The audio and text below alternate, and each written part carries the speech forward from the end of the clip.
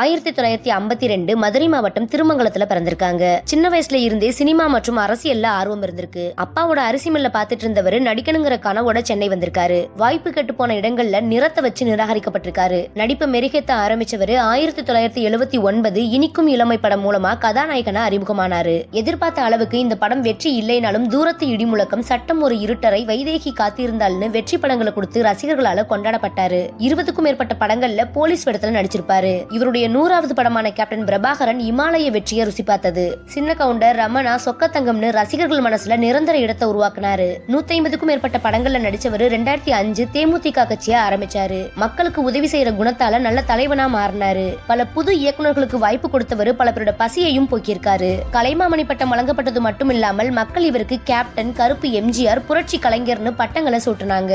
உலகத்தை விட்டு மறைஞ்சாலும் தன்னோட குணத்தால, சேவையால எப்பொழுதுமே மக்கள் மனசுல வாழ்ந்துட்டு வரவர் தான் விஜயகாந்த் அவர்கள்.